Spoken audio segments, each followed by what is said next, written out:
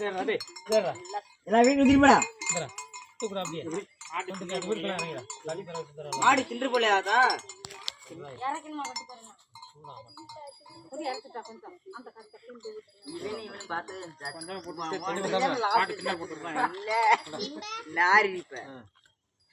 திண்டு போடுங்க மாட்டுக்கு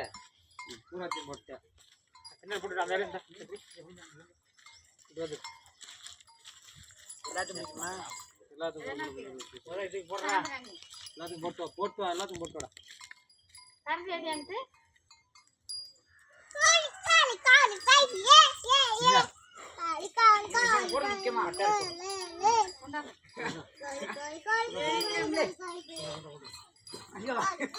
மண்டைய கண தொடுத்தோனே